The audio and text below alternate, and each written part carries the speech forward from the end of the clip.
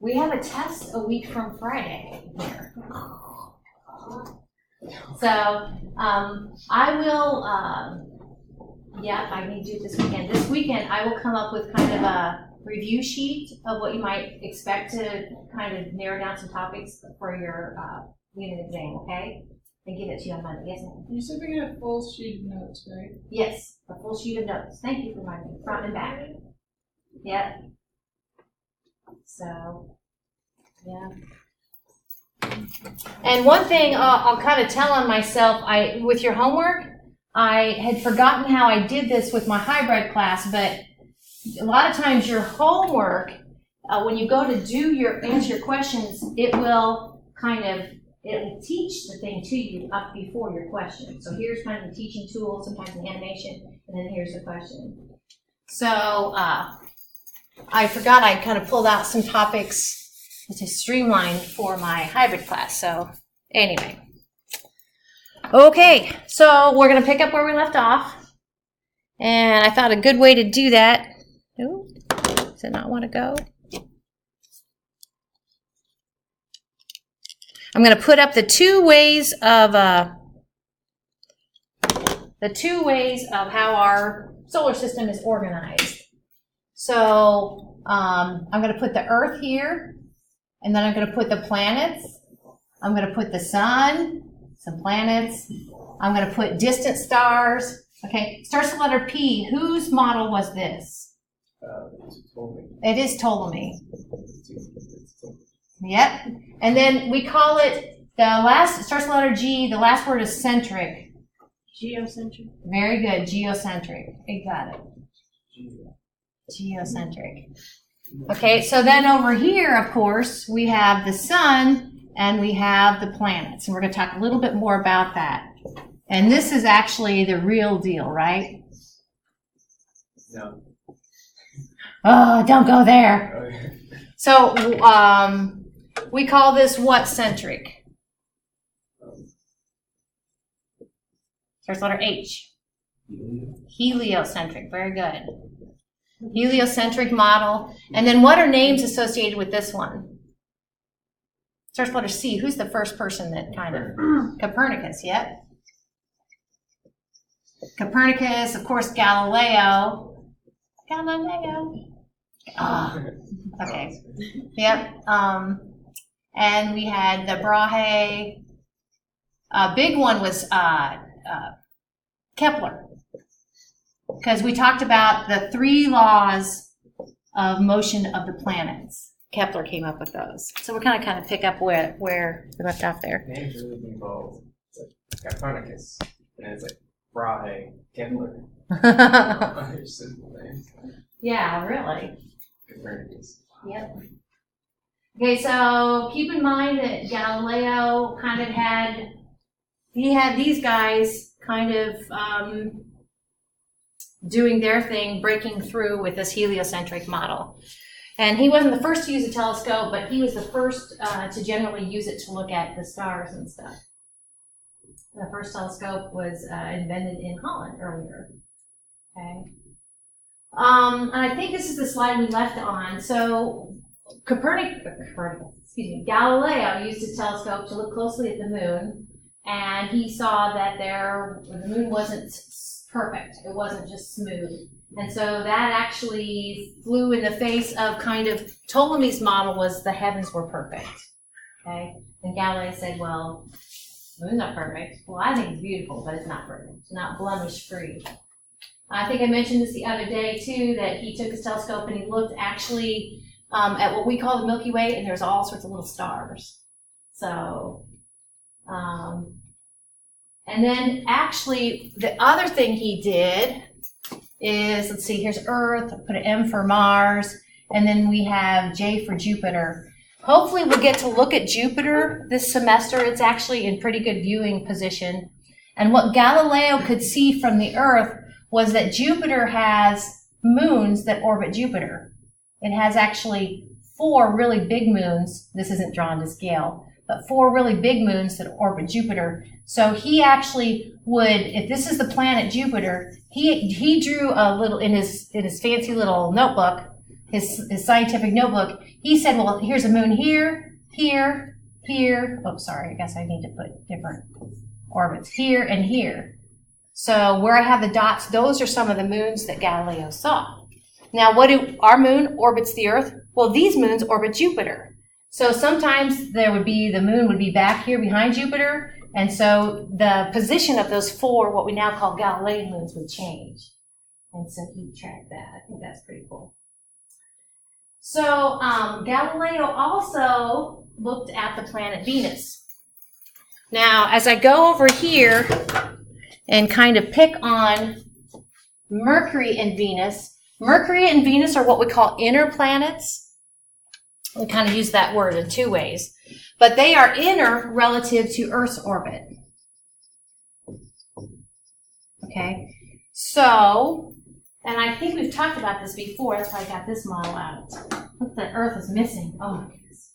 I'm going to try to take our gas giants and get them out of the way. We're just going to kind of focus on, of course, this would be Mars, Earth's missing, Venus, and Mercury. Okay? We're never going to see, if this is us here on Earth, we're never, well, let's put it this way. Well, we can pick on Mars. Mars is an outer planet relative to Earth. Can you see where we will see Mars, like, high up in this nighttime sky? Okay? And we'll see Mars kind of close to the sun, right? Mars goes around and does its thing. But there's no way you can take this configuration and make Venus and Mercury high up in our nighttime sky. You just can't do that. Okay? They're kind of landlocked. But all of these other planets can be different configurations. They can be kind of next to the sun from our perspective, and they can be kind of far out. So relative to that, I'll get Mercury out of the way. What Galileo observed was that actually Venus goes through phases. Well, the way I have Venus here, there's a kind of a cool thing called a transit. I wish we had this happen all the time. From this perspective, we should be able to look at the sun and the sun's disk and have Venus on the sun's disk. Okay, that's kind of an unusual event. That's transit. Usually what happens is Venus is a little bit below or a little bit above the disk of the sun, but Venus does go in front of the sun from our perspective. So, like it is like this, actually we're seeing the dark side of Venus. It's not lit up. Now, as we get more and more separation, actually in this configuration, the half of Venus that's lit up is right here. And so we would actually kind of see maybe a gibbous or a quarter. Okay? So we see Venus go through phases because it's an inner planet. We don't see the other planets go through phases. So we get to this slide. Let's see, what do we got here? Ptolemaic universe. Ptolemy. Okay, this first half of this figure is actually not the real deal. Okay, so we said that the way we can talk about that retrograde motion was basically what Ptolemy said was not only do the planets orbit the Earth, but the planets go through these epicycles. So you're kind of seeing an epicycle right there. According to the Ptolemaic view, where we have the sun at the center and the planets orbiting, sorry, sun, you know what I mean. The Earth at the center, the planets orbiting the Earth, the sun orbiting the Earth. According to that scenario, these are the phases we should expect Venus to go through. According to the real deal, these are the phases we should expect Venus to go through. Okay? So now granted, if Venus, so Venus orbits the sun and we orbit the sun. So as Venus gets kind of too close to the sun, you're not going to see it in the glare of the sun. It's going to skirt kind of around, but you see where it gets fuller when it's kind of close to the sun, and we get, to me that looks like a crescent. We got a pair of crescents here, and kind of a new between those two crescents. Anyway, so I mentioned Galileo's handy dandy notebook, scientific notebook, where he actually wrote the Galilean moons. He also actually wrote the phases of Venus. I think that's cool. Galileo also, he did, I think he may have gone blind. I don't know if this is why he went blind, but he did do some solar observing. And right. And so kind of again, like the moon was had blemishes, the sun also has blemishes, which we hope we get to see this semester if it's kind of picks up its activity.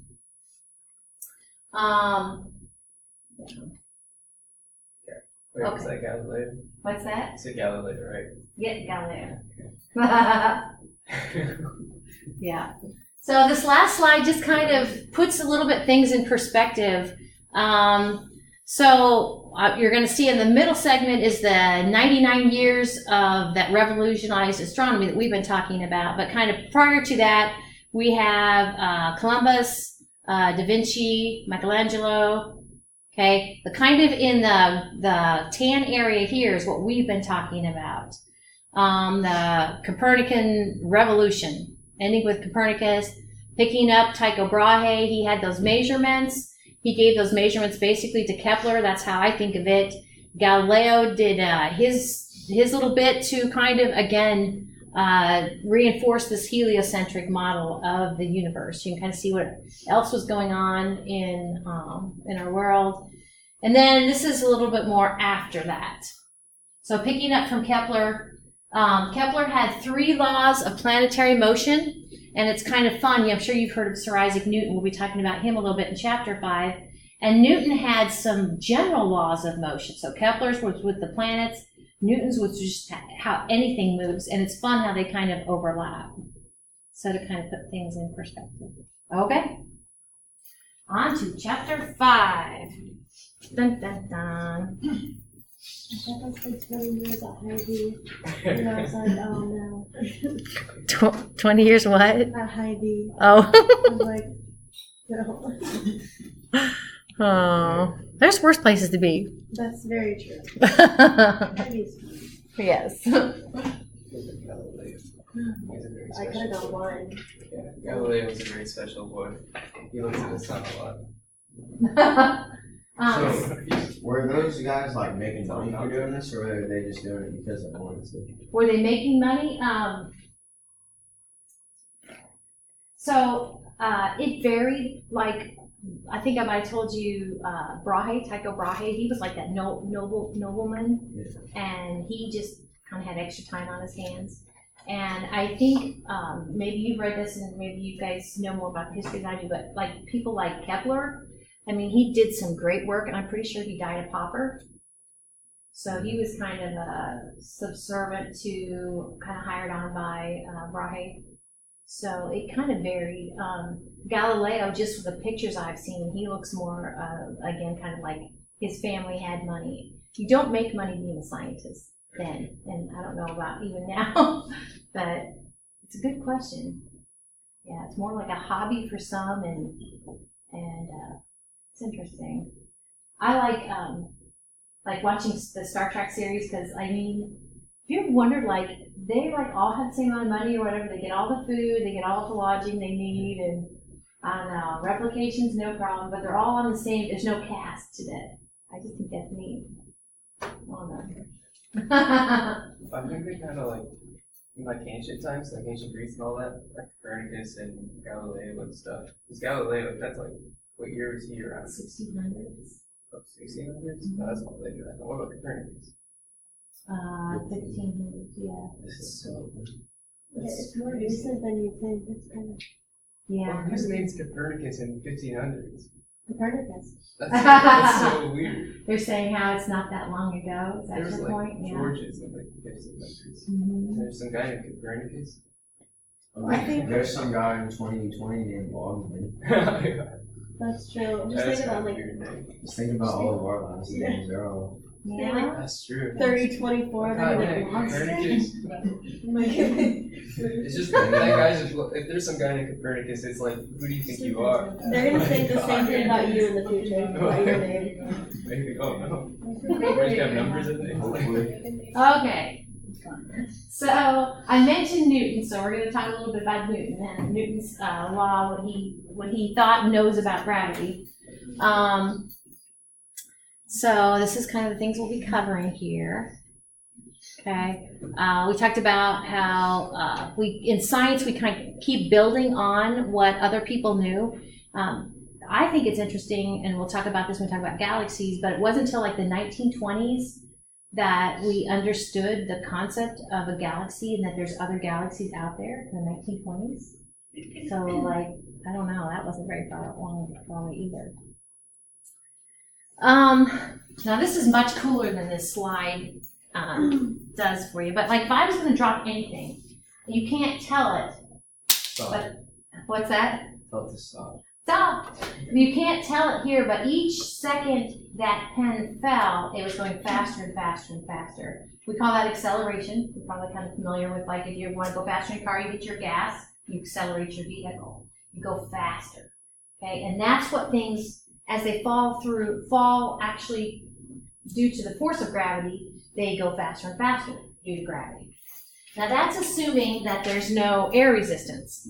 And it's independent of mass. I'm not going to drop my phone. I'm looking up here things to drop. You know, I have dropped this before, and it's got tape on it. But regardless of how much it weighs or its mass, it should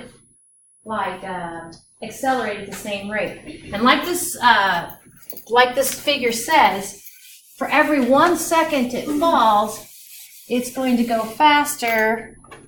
9.8 meters per second. Makes you want to go do some like time-lapse photography or something to kind of get a sense for that. So anything you drop for the first second, it's gonna be at 9.8 meters per second. We go ahead and let it go for another second. So this is 2 seconds. And it's going to go another 9.8. So that's why that says, 19.6 meters per second. And if you go ahead and let it go a third second, so this is 3 seconds, it will accelerate to, that's the bottom one, 29.4. But here's the deal. I think I have a video to show you just, like if I go ahead, and it's independent of mass. So the fact that these, if I put them on the scale in the lab, they probably weigh similar, but I don't know if you can hear that. Which one opens out a little bit more?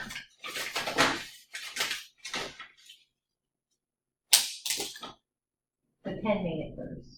That has to do with actually the air resistance, not gravity. Gravity wants to make them accelerate at the same rate. It's the air resistance that makes them fall at different rates. So that's a player. We're going to talk more about gravity and acceleration due to gravity. This is a little video.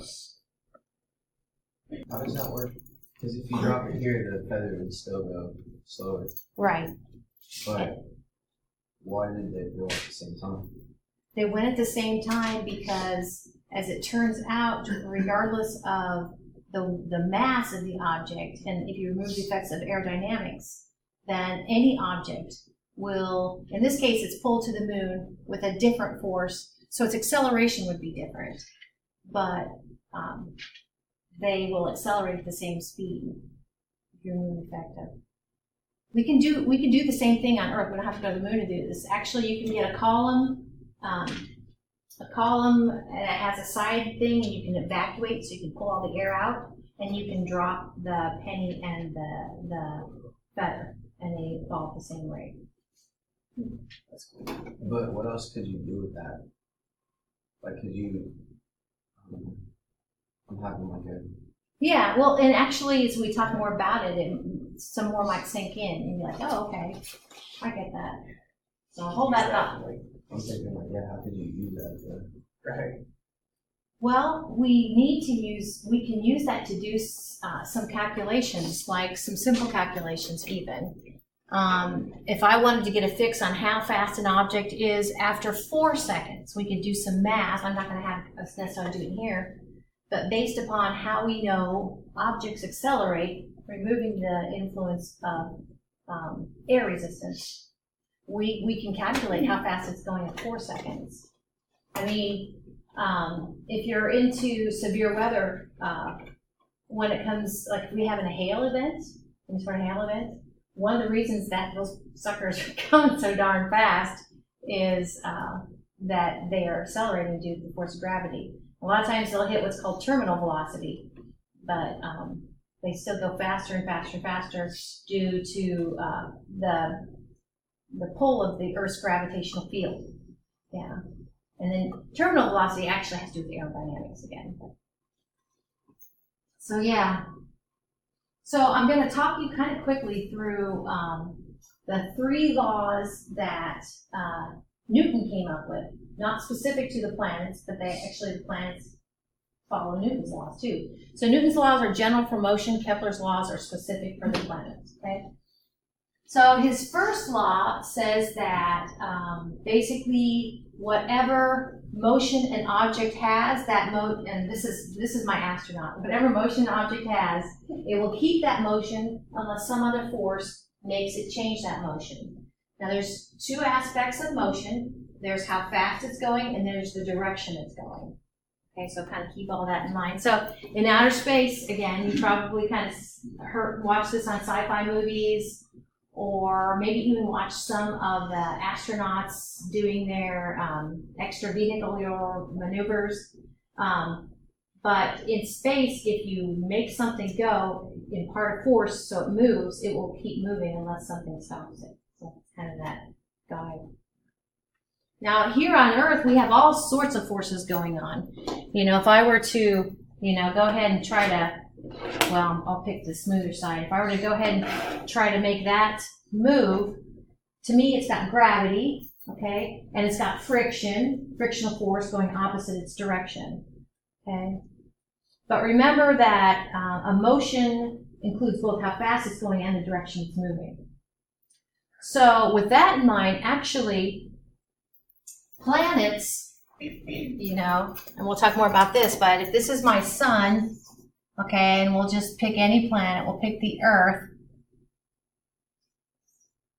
So at any given time, we know that, well, let me make sure it goes counterclockwise this way, right? That's counterclockwise. Okay, so that's the Earth orbiting the sun. At any given time, we can kind of break its motion to, I don't know if you've kind of done this before, but to align kind of what we say tangent to the curve. So at any given time, that's its velocity. That's how fast it's going, and that's the direction. If I pick this one, check this out, and I make a line tangent to that point, it went from here to here. What if I go clear over here and make a line tangent to that point? Now it's going like this. See, it's gone like here to here to here to here to here. So anything, including the planets, that are going in a circular motion are changing their motion. And there has to be some sort of force acting on it. That's what Newton said, and that's true. The force that keeps us here is the force of gravity.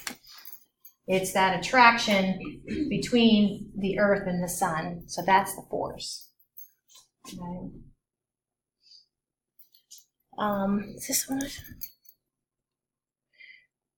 Wait a minute. Let me do one more thing. One more kind of practical thing. So Newton says if an object's in motion, it will stay in motion, the same direction, same speed, unless activated by outside force. Newton also said if something's at rest, it will stay at rest, unless acted upon by some outside force. So let's see if this works. This is the old trick where, I'm going to take a sheet of paper, and I put my blipper on it. I'm going to move the sheet, and this is called inertia. So my blipper has a certain amount of inertia. Newton's second law says if it's at rest, it's going to stay at rest. So I'm going to pull the paper out, okay? And what do you think's going to happen to the blipper? Wait. Can you do it? I don't know. You ready? Oh, I was good. So it's at rest. It's going to stay at rest. Yep. Good. Thanks. So that's Newton's first law. Well, should do that.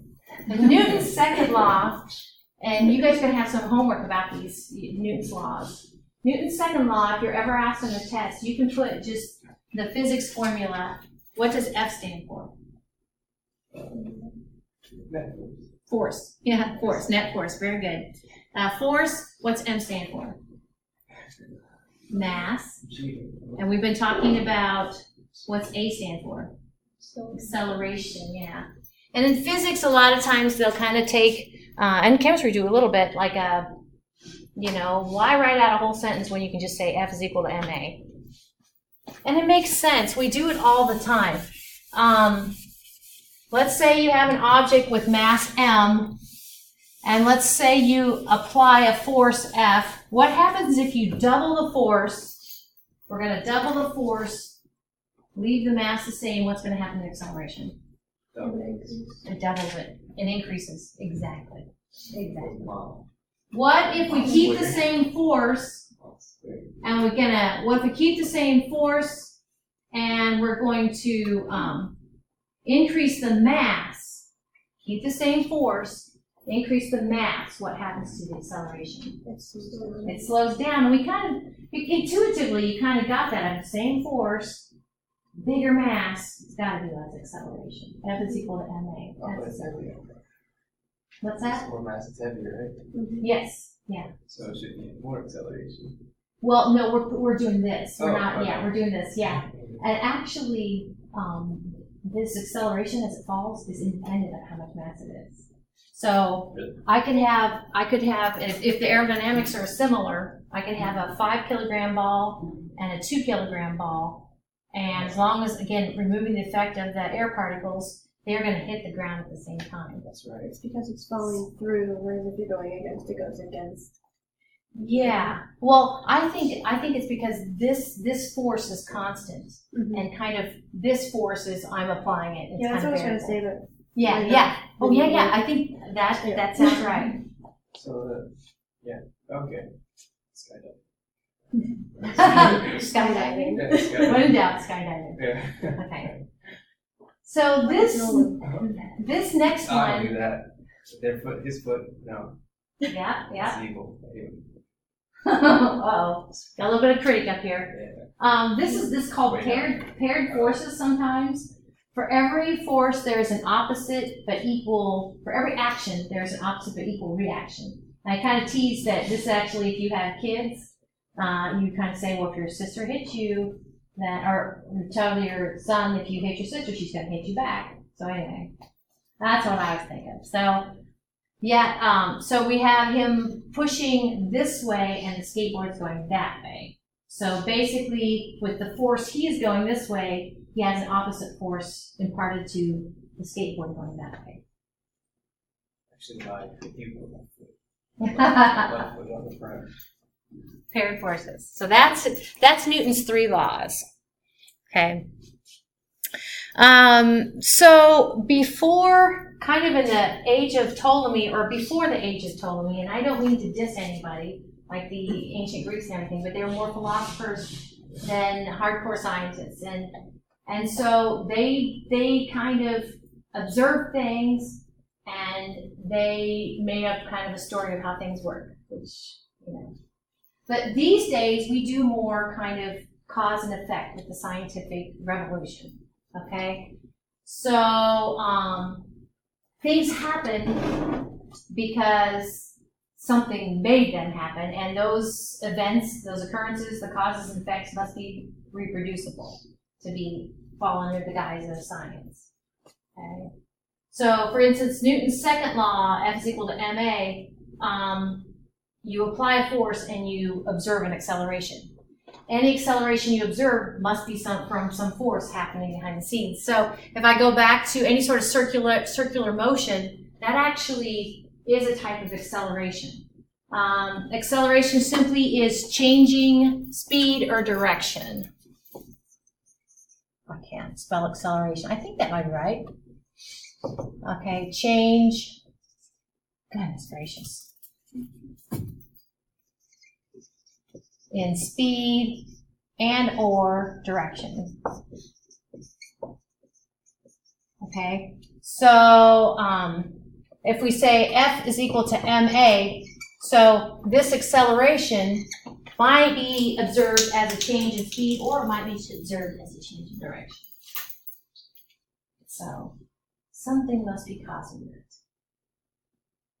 So let's talk a little bit more about gravity. There's a few slides I think I've taken out. So just because they're over the top of what I necessarily want to cover. We all have a sense for gravity. And gravity on the moon would be different than gravity on the Earth. And this formula actually kind of proves that. We can put a little subscript G here, the force of gravity is equal to, the big G actually is a constant, universal gravitational constant. The two M's are the masses of the objects that are feeling the pull of the force of gravity. And the R, we're going to actually have to take it times itself, the R squared, that's just the distance between the two objects. So it's really, it looks kind of daunting, but it's really not that complicated. Let me grab my pen. What's that? F equals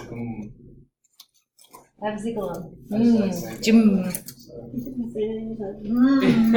Okay. So if this is my Earth, here's my object.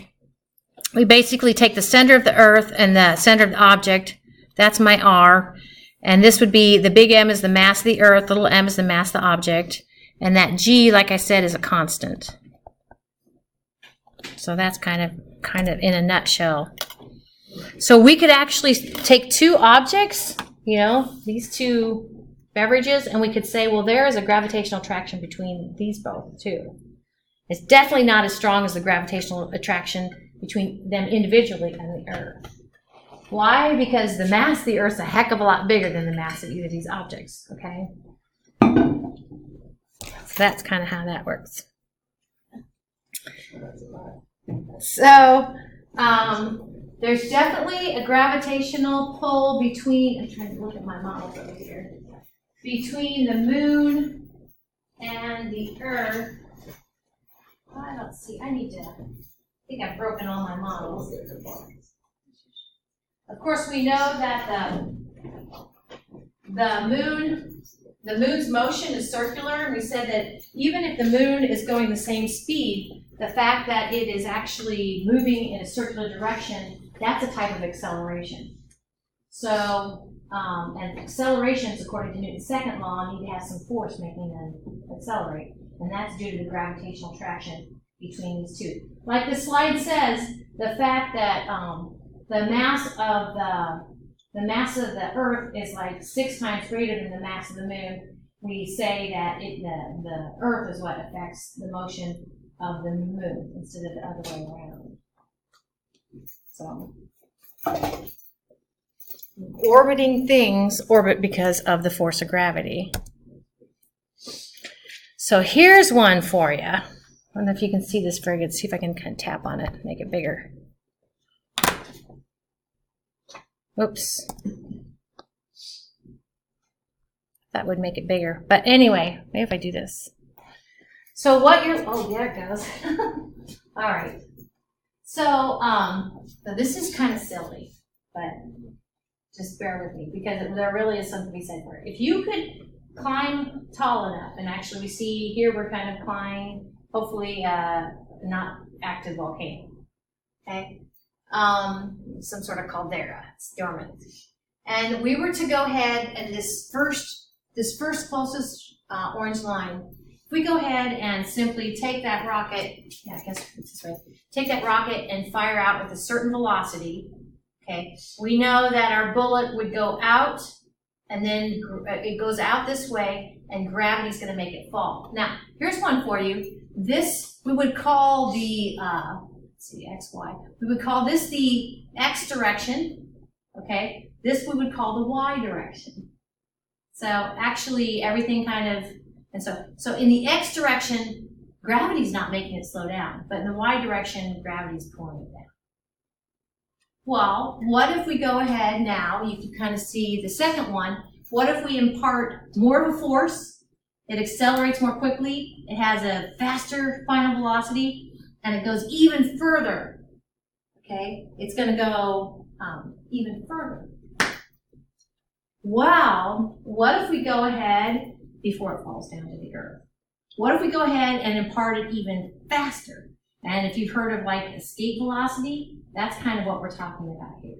We're going to give it a certain amount of, apply a force, give it the velocity it needs to basically, as it falls to the earth, it misses the earth.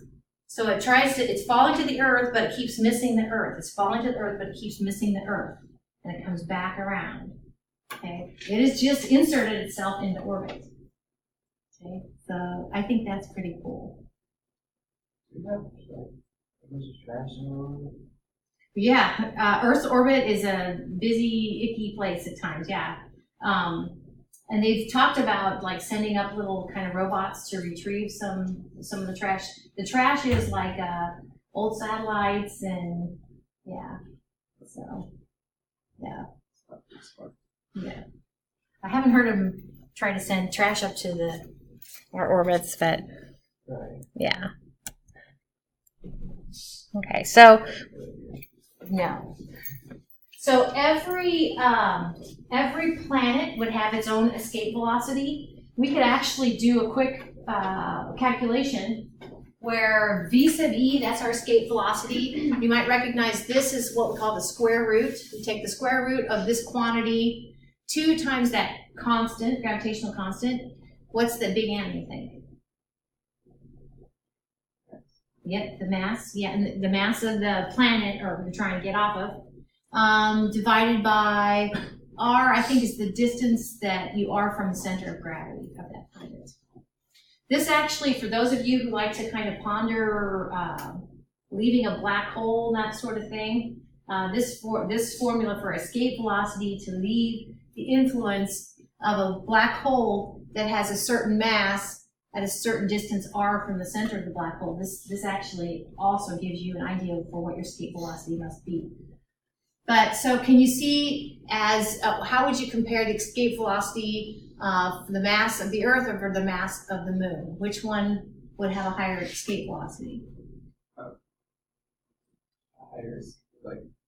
higher escape velocity. That would be the Moon, right? Because it's smaller.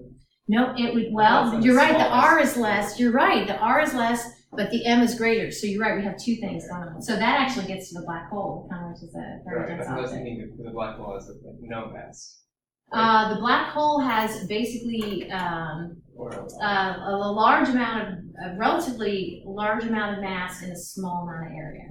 Okay. Oh, okay. Yeah. Oh, I was thinking area, you just mass kind of. Yeah. Well, I think that's a good place to stop, you guys. So we'll pick up here on Monday. In the meantime, we have something to do in the lab Friday.